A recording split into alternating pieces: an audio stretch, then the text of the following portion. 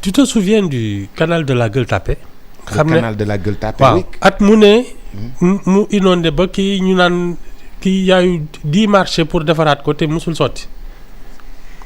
canal non Gueule Tapée. canal Gueule Tapée bi. Ouais. nga xam ne su tawoon dëkk bi yëpp ay kii.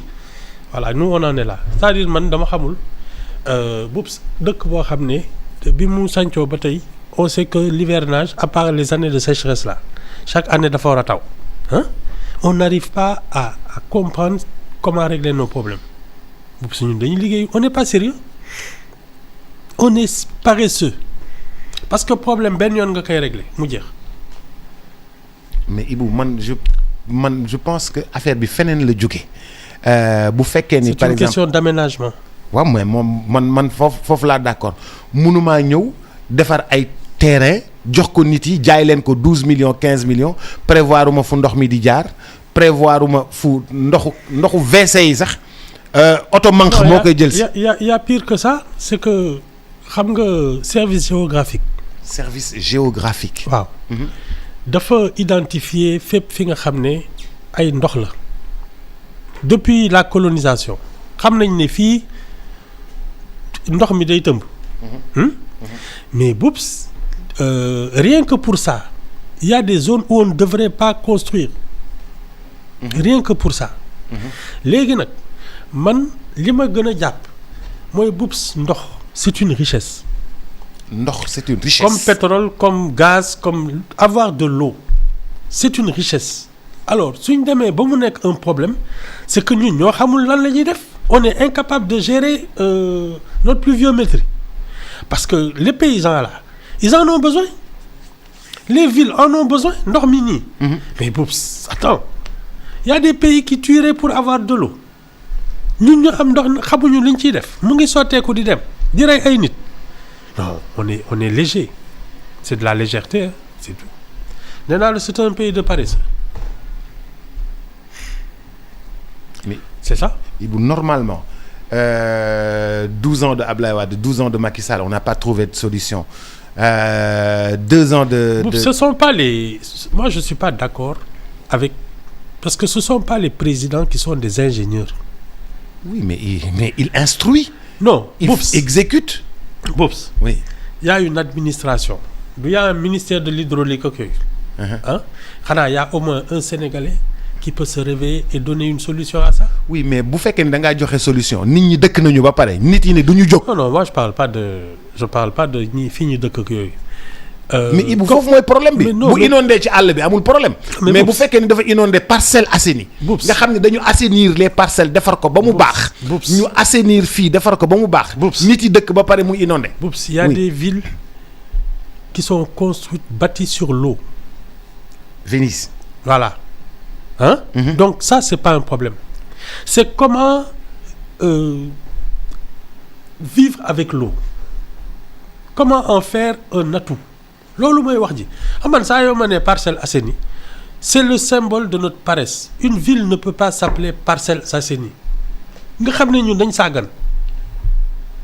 C'est cette légèreté là, cette paresse qui fait que il y a un problème mais on ne s'en mêle pas quoi. Dañu waaw kii indi ñaari motopompe dugg fii génn fële président bi ñëw xuus ci ndox mi ñëpp ne ah oui c'est difficile. L'année prochaine il fera la même chose.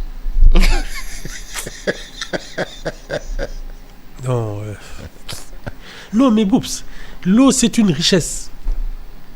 Si ça devient un problème, c'est que c'est nous le problème. Ce sont les Sénégalais qui sont le problème. Parce qu'un problème, il faut y réfléchir et le résoudre définitivement. Comment faire de cette eau-là une richesse? 3 mois sur 12 lay taw. 3 mois. Mais ndox mi nga xam ne ma ngay wal di dem est-ce qu'il n'y a pas possibilité de la recycler et d'en faire justement kii nu mu tudd ay irrigation kii mais il y a certainement une solution, il faut y réfléchir. Ay bassin de rétention que du lañ ko fi commencé woon. Il y a certainement des solutions, on ne s'est pas penché dessus. Parce que su ñu demee ñun bay ut usine de traitement d'eau salée. Nga xam ne ñun dañ soxla ndox. Mais alors ça ne s'explique pas. ça ne s'explique pas. mais Ibou man ni ñu daggatee dëkk bi pour nit yi dëkk moo njëkk nekk sama problème defar ko mais te defoo ci fenn canalisation boo xam ne fa la ndox miy jaar. boobu kër yi kër yi sax ay fosse septique la. boobu xam nga man lan laa gëm. li tax ñuy naan un état. Pour moi c'est justement cette capacité de projeter l'avenir et de le bâtir. Léegi nag da ngay am les hommes politiques qui ont une vision. Mais un état n'a pas de comment dire ça, amul parlo. C'est des gens des fonctionnaires qui réfléchissent au Sénégal et qui le construisent, quel que soit le régime. yow da nga bi nga nekkee xale da nga dem jàng ay urbanisme ak yooyu. Mais Boubs, à un moment ou à un autre, je pense qu'on doit pouvoir poser, parce que les villes là, il faut les projeter et les construire. Avant muy nekk genre bidonville ak yooyu.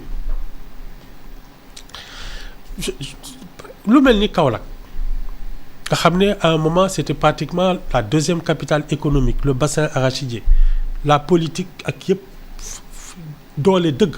Depuis les Ibrahima Seydou Ndaw, ñoom Babacar Bak, ñoom Valdiodio Ndiaye, les hommes forts venus du Sine Saloum. Une ville comme Kaolack aurait dû avoir ce profil de place de l'arachide, am cette culture. C'est pas des trucs oui bon de temps en temps mu am ay nit ñi ñëw jël ay seen ils viennent avec leur planche daaj ay pont dëkk tuuti après 10 ans après ñu mën a tabax ñaari néeg ñett voilà, c'est pas ça. Il faut profiler déjà un plan d'urbanisation, et puis donner à la ville une vraie personnalité, une âme. Ville dafay am âme. C'est ça. Dëkk dafay am âme. Comme Saint-Louis, comme Gorée. Voilà. Dakar, le plateau, tu sens qu'il y a une âme. Sikapi dafa am ni ñu ko xalaatee. Oui. ni ñu xalaatee dëkkuwaay. Mais son histoire d'elle-même parle. da ngay xam ne lii mës na fi am.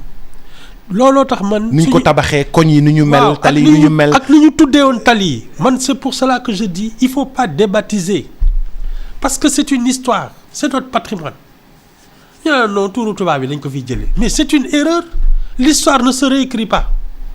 su ñu bëggee ñun ay tali yu baax yu rafet ak ay koñ yu kii. dañuy defar suñu tali tuddee ko suñu bopp voilà. ñu defaruñu tali yi bëgg ko tuddee suñu bopp. On ne rectifie pas l'histoire. Faidherbe loo mënti dégg xam moom la ñu remplacé Macky Sall xaw. avenue Macky Sall. waaw mais Faidherbe a été gouverneur de la région de l'AOF. kenn mënu ci dara bàyyi na fi pont Saint-Louis wala du loolu. ok Macky Sall bàyyi na fi tam ay pont de. mu tuddee ko boppam.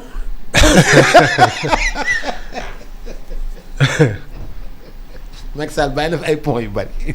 non man c'est surtout cette part de patrimoine que les gens veulent effacer. Il y a aucune raison. Léegi nag les nouvelles villes là les capitales régionales ku ci nekk da nga am sa spécificité, ce profil. Mais ça il faut y réfléchir et leur donner une vraie personnalité. Mais Diamniadio bu paree dina am âme parce que Diamniadio am na ay sphères ministérielles, am na ay hôtel, am na ay université, am na ay kër Sénéc India, am na ay résidences, am na ay immeubles et tout ça bon mais. non day am je sais pas man je t'avoue que dewuma fa. benn yoon xaw ba ñaar doom. mais Ibou boobu ba léegi maa ngi la naan dama lay dugal ci TER bi paasal la. yóbbu la nga xool Diamniadio daal benn yoon je crois. mais Ibou foog ma dugal la ci TER bi wala ñaar ba pare dama lay brancher caméra. caméra bi topp la ma dugal la ci TER di dama yeggul ba Diamniadio rek. foog naa Rufisque laa yem. mais dugg naa TER bi mais non jow naa fi ba ne la pour une fois qu'on fait les choses normalement nga naan ma yu kenn xam. waaw je me rappelle. Alors non c'est pas man tu sais et la symbolique même. C'est cette histoire des Parcelles Assainies. C'est vraiment le symbole de notre légèreté et de notre paresse. Parce qu'une ville ne s'appelle pas comme ça. Parcelles Assainies, 1. 2, il faut la penser. Sérieusement, quoi. Parce qu'il y a des gens qui sont formés pour ça. Il faut donner aux gens de l'art mais l'initiative ne leen mais ñun on veut quelque chose qui ressemble à notre pays, à cette région, à notre histoire. Faites quelque chose. Architecte yi ku leen ko wax ak urbanisme yi ñu defal la loo xam. C'est pas autre chose. Mais nous on ne projette rien. C'est-à-dire dañu ñemee nekk dans l'urgence. Dañuy bàyyi ba nit ñi ñëw dajaloo fa ba fees dell fenn ba ku nekk commencé di tabax di teg benn étage ak ñaar parce que ci diggante bi noo danti ko nañu ñuy doog a naan waaw léegi canalisation bi tali yi machin et cetera. Non, on commence par penser une ville en se disant dans 10 ans voilà les activités qui sont ici, donc voilà le genre de population qui va arriver. Te soo xamee ñun suñu démographie ni muy demee tu peux anticiper sur ces choses-là. Mais ça se pense. xalaat ville bu bees xalaat fu ndox yi di jaar xalaat canalisation yi naka lay demee. les places publiques yi naka lay demee. par exemple les kii nu mu tudd les symboliques là maa ngi lay naan Kaolack mais il aurait dû y avoir au moins benn kii buy symboliser l'arachide benn place parce que dooleem yëpp gerte bi moo ko mayoon temps Sine Saalum. ay Medina Sabax ak yooyu. mais gerte gee taxoon ay ONCAD ak yooyu. Kaolack doit sa puissance à l'époque économique parce que c'était le bassin arachidier ba ci ay Diourbel foofu yëpp la woon. Ah waaw mais nous on s'en fiche quoi. suñu li ñu daal seddul. Ibou bataille politique bi nga xam ne moo am ville de Dakar ki nga xam ni moom moo di monsieur le maire Barthélémy Diaz. dafa yóbbu. recours ci yoon. Cour suprême war ci addu. mais balaa Cour suprême di ci addu ville de Dakar ak dañoo bëgg a profité fal ñoom it beneen maire. conseil municipal bi dafa war a fal gaaw beneen maire. bu fekkee ni dañoo fal beneen maire Barthélémy Diaz ñu daal di koy delloo ay droit am nag. xam nga ce serait pas la première fois parce que sama gars yi def nañ fi loi interprétative ñu delloo leen ko. loi interprétative. waaw amnistie bi. waaw ñu doon leen ko. waaw beneen bu mujj bi nu lan la woonati. waaw beneen loi wu Amadou Ba bi. waaw xaw ma lu ñu pour les morts la.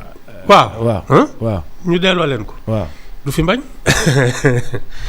soo defee loo xam ne après c'est contre les textes et contre la constitution mais après gàcce rek nga ci am naan xaw ma lan non c'est-à-dire ñun lii lañ ci bëggoon ak yooyu fekk dara ils auraient pu attendre tranquillement que parce que dara yàkkamtiwu fi au pire des cas il y a des élections locales bientôt dara yàkkamtiwu fi man dama xamul lan la ñuy jiiroo ak di profito.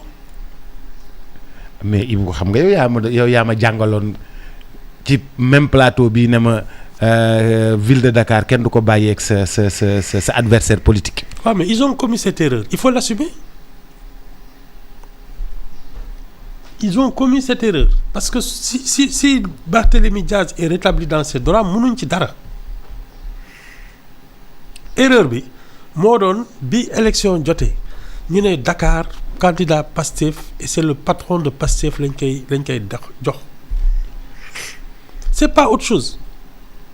PDS bi mu nekkee ci kii bi foog naa c'était Wade le candidat wala Jean-Paul Diaz am na ci boo xam ne moom c'est Wade qui voulait y aller. am na ci mais le Parti socialiste n'a jamais accepté de perdre la ville de Dakar. Ils ont toujours trafiqué les résultats parce que Wade depuis 84 il est majoritaire à Dakar mais saa yu élection jotee gars yi la bëj ko parce que xam nañ ne ku ko jox Dakar mu daaneel Abdou Diouf c'était ça. Ils ont commis une erreur. Maintenant, il faut les assumer. Les fautes politiques, elles se payent. mais mooy li nga ma doon wax naan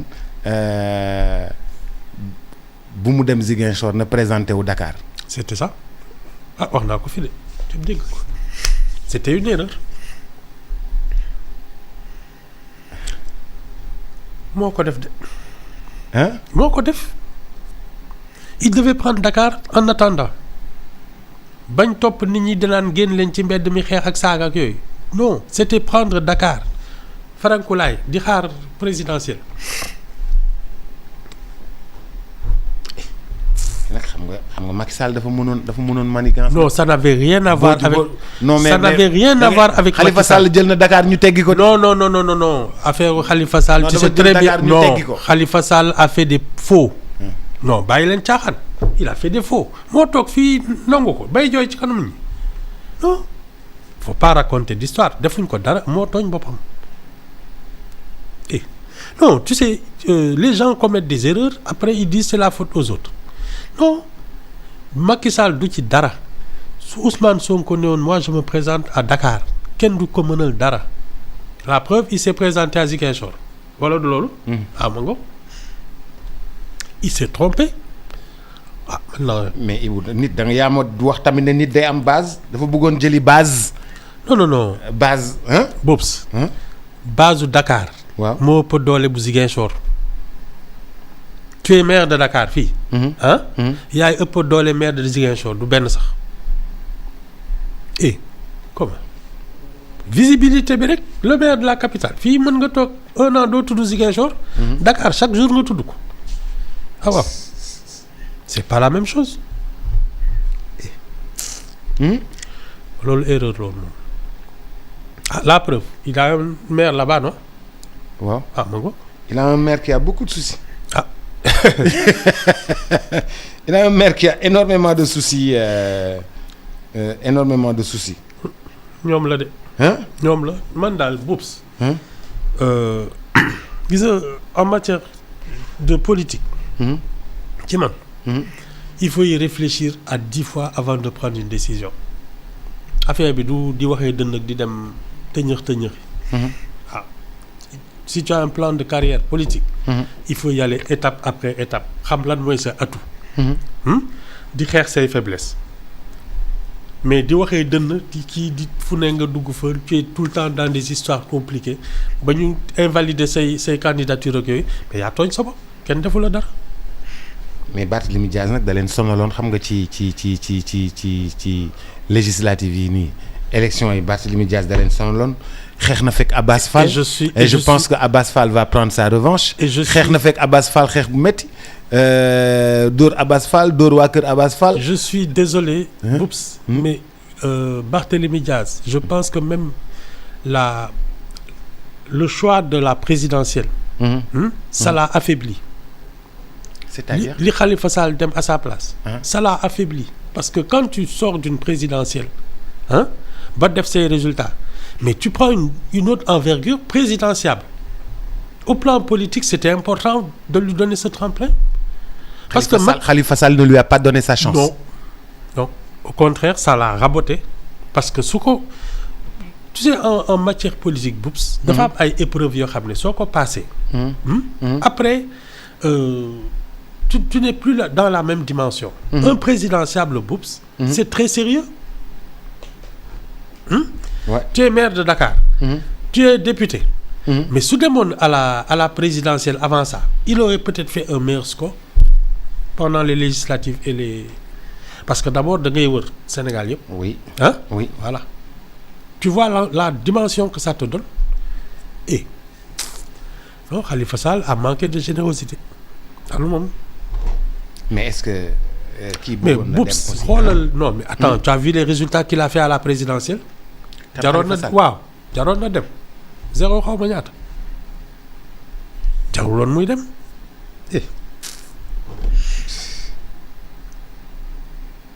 non. mais yaakaar nga ni Abbas Fall bi ñu bëgg a teg à la place de Ngoné Mbengue dina jàll. ñooñu. Abbas Fall ministre xam nga moom moo doon xëccoog Barthélémy Dias ci élection yi fii moom la ñu bëgg a lal Ngoné Mbengue tamit actuellement moom mooy gérer moom tamit boobu man ñooñu xaw ma leen. ñooñu xamoo leen. xaw ma leen man tu sais les gens là vraiment c'est pas des je trouve qu'il manque d'épaisseur et d'envergure parce que da nga leen di déglu déjà ceux qui sont dans les gouvernements yooyu les propos qu'ils tiennent leurs attitudes ak yooyu vraiment après tu as pas envie d'en savoir plus sur ces gens là parce que nag man kilifa ay waxi kilifa ki jëfinu kilifa laa ci xam quand tu prends la responsabilité d'être un élu ou d'être un membre du gouvernement da ngay am loo xam ne da nga koy ëppaleel sa bopp mais tu peux pas rester au stade d'opposant alors que tu dois assumer des responsabilités d'homme d'État. Boubs man bi ma gën a jaaxal ci semaine bi on a montré le président de la République il est en vacances xaw ma mu ngi toog ci wetu ñaari gaynde quoi. kan si président de la République. waaw Fatala. waaw dafa demoon mais Boubs waxuma la ay gaynde ak ay kii mais des inconnus ne doivent pas approcher un président de la République un inconnu laa la wax. Tu as vu quelles sont les précautions qu'on prend pour sa sécurité ay garde rouge ak yooyu. pour garde dugg présidentielle garde rouge gendarmerie. quand ils sortent tu as vu les cortèges. les gens civils ouais. Une alors trentaine de voitures. Alors la République fait tous ces efforts là pour garantir sa sécurité ngay dem di toog ci ay wetu gaynde. mais gaynde yooyu dañ leen dressé duñ def dara. mais boobu ça va pas non. ah Ibou gaynde yooyu kat ñëpp a fay dem di photo. mais le président de la République du ñëpp on doit même pas prendre ce risque. mais lan mooy problème bi bu da nga doon bañ gaynde gi song ko. non lan mooy problème. mais boobu imagine que gaynde bi tourné rek song ko et qu'il le bouffe en 2 minutes on fait quoi. non mais bala koo gaynde gi kii di gars yi. non koy tiré. non dañu warul tollu foofu. pour moi un chef d'État ne se met pas à côté d'un lion c'est ça. mais bu loolu amul problème. léegi bés après 2029. waaw waaw su ko neexee mu téye génnu gaynde mais nii il peut pas. c'est trop d'enjeu. enjeu. président de la République. waaw toi aussi. moom warul a xureeku waxuma la nag ngay toog ak ay gaynde j'ai paniqué. eh ben dis donc. mais Ibou foofu. nit ñi dañ fay dem dama ne la photo waaw. c'est pas le problème. C'est la fonction. Il peut pas se mettre en danger. supposons qu'il se passe quelque chose léegi lan la. El Malick jël présidence de la République pendant xaw ma 3 mois la xaw ma 80 organiser une élection. Voilà c'est ça. Tu vois tous les bouleversements que ça entraîne. Et on n'est même pas sûr qu'on en arrive là. Ah, le chef d'État qui disparaît brusquement. Oups, même coup d'État xaj na ci.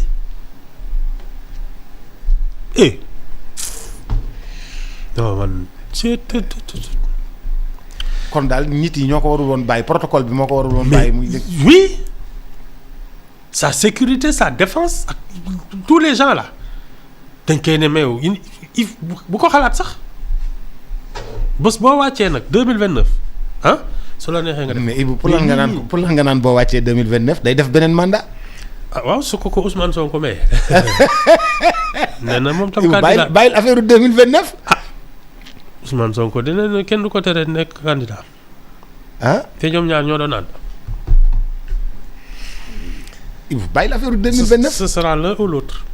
ah ce sera l'un ou l'autre de ñaari candidat moom mënul nekk pour Pastef. Non, moi, ce que je veux juste te dire, oups, c'est qu'un président de la République en exercice ne peut pas s'asseoir tranquillement à côté d'un lion. nga ne kenn waru ko jege 10 mètres Macron de tasoon nañ ko fi pes bu rëy. benn ngoog ndegam ay nit ñooy rom président pes ko la gaynde nag. pesoon nañ fi Macron pes bu rëy sax. Ah d'accord. C'est bien. Man de non oups. J'étais estomaqué. dégguma boobu tubaab. dama jaaxle.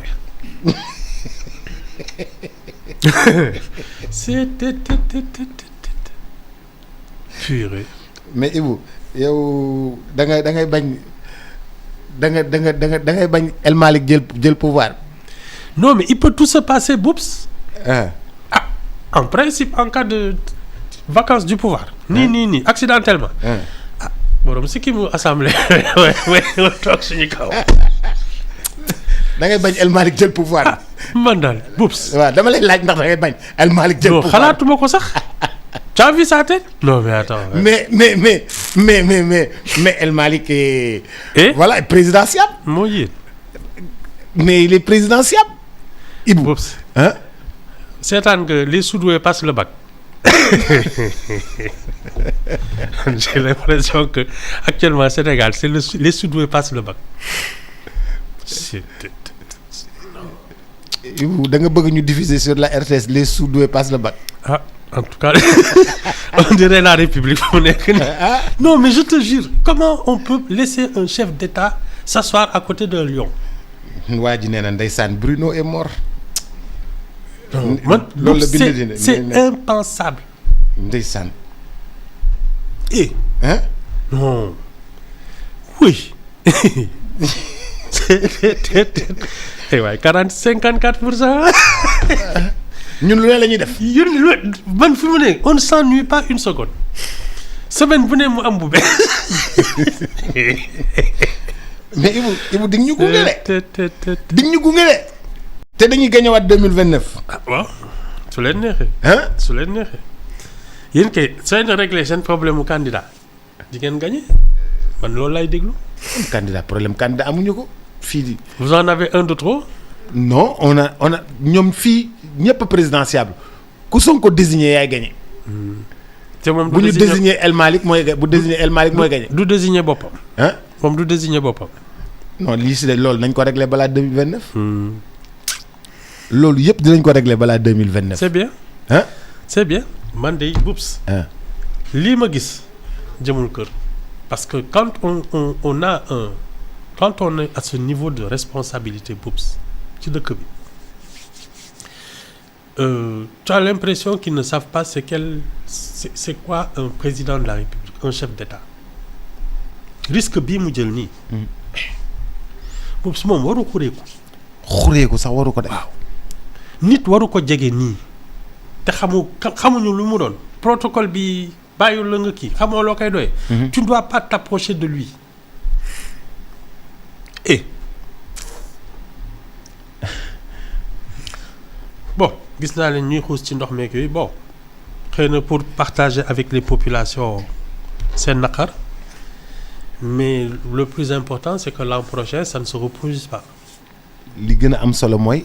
déwén bu kenn ñëw sol ay bot di dugg ci ndox mi. waaw parce que ndox yi jëlee nañu fa te xam nañu naka lañ koy régler loolu moo ci ëpp solo dem fekk nit ñi seen naqar je trouve que c'est waaw ça peut réconforter les gens ñu nekk ci ay kii naan ah ñëw na ba fii ak yooyu genre ndàmpaay la quoi.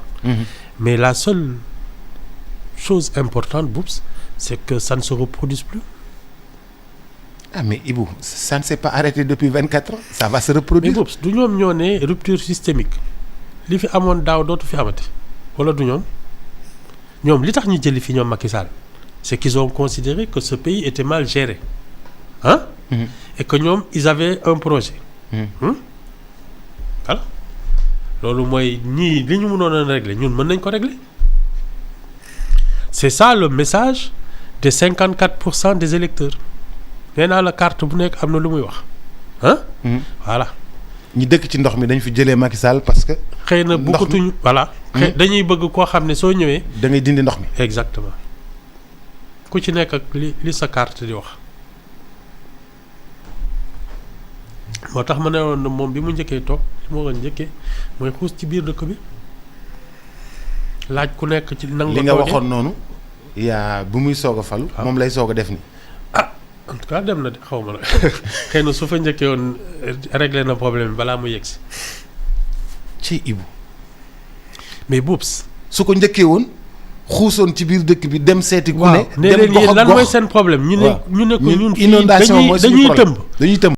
mu jël note. dellu ci ay staffam ne leen fii bu fa inondation amati. xëy na sotti na bu yàgg. ils avaient 1 an pour ça. man de loolu laa gëm.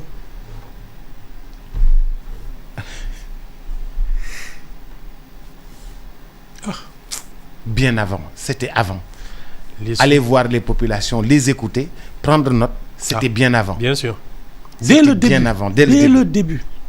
parce que les gens avec la légitimité populaire. mais et puis xam nga moom tant qu'il était opposant le commandement territorial ak yooyu bon duñ ko wax li xew parce qu'ils n'ont pas de compte à lui rendre mais quand il se déplace en tant que nouveau président de la République chef de l'État mais boups c'est le commandement territorial les mairies les conseillers municipaux qui viennent lui dire ak population yi ñun lii mooy suñu problème fu ci ne su boobaa il a une idée nette et claire des problèmes voilà man loolu laay wax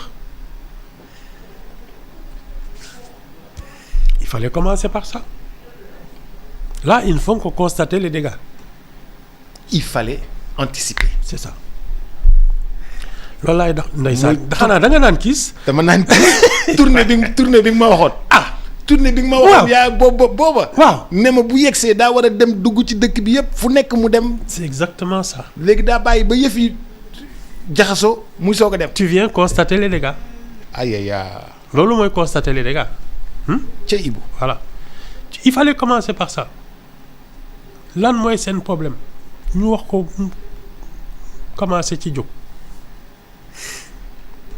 loolu di laa wax nga naan ma non dem na xaw ma fan la dem ci putschiste yi dem nañ dem na Bamako Paris dem xaw ma fan dem na Chine, Bamako Guinée France non fii nii si Mbaalo dem nañ ci voilà Mbaalo Guinée-Bissau demoon nañ ci Mbaalo c'est bien dem Mauritanie dem Burkina c'est bien dem Côte d'Ivoire dem Mali France ñaari yoon Chine Turquie yooyu yëpp dem na fa États-Unis alors que fii moo doon priorité bi pour yow ñoo ko fal de waa Chine faluñu ko non waa États-Unis faluñu ko Mbaalo falu ko mukk 54 ñi xuus ci ndox mi nii waaw ñoo ko jox seen carte kon ñii xuus si ndox mi nga war a topp nga war a jaamu seen soxla da nga war a jaamu seen soxla parce que ñoo la wutal liggéey non ñoo la wutal liggéey ma waxi lan président de la République waaw c'est pas un emploi pour 5 ans wala li may wax c'est trop compliqué si man waaw président de la République waaw c'est un emploi pour 5 ans waaw waaw moom laa lay asmi borom carte yi ñoo ko jox ñoo ko wutal liggéey pour c'est 5 ça ans c'est ça donc dafa war a jaamu seen soxla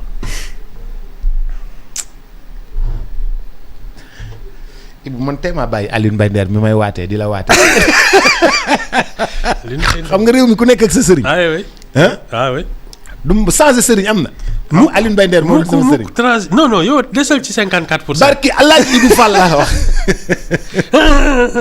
toogal foofu barki Alaaji Ibou Fall non toogal foofu non mais Boubs tu sais la fonction présidentielle est très sérieuse et moi j'ai l'impression que nos gens là ils n'en ont pas la dimension ils n'ont pas mesuré sa dimension ils n'en ont pas pris la mesure.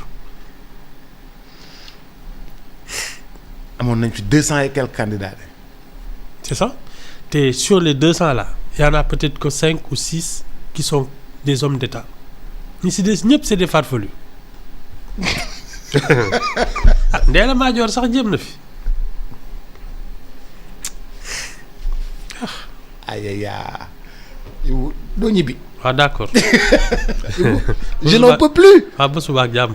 non mais moo tax je le dis tout le temps n'importe qui ne peut pas faire de politique et n'importe qui surtout ne peut pas présenter sa candidature à la présidentielle pour ne serait-ce que le cursus, le niveau, le casier judiciaire. Mais attends, non, il y a des choses, non. Pour moi, quelqu'un qui va à la présidentielle, il doit avoir au moins été élu plusieurs fois, avoir un parcours accueilli. C'est ça.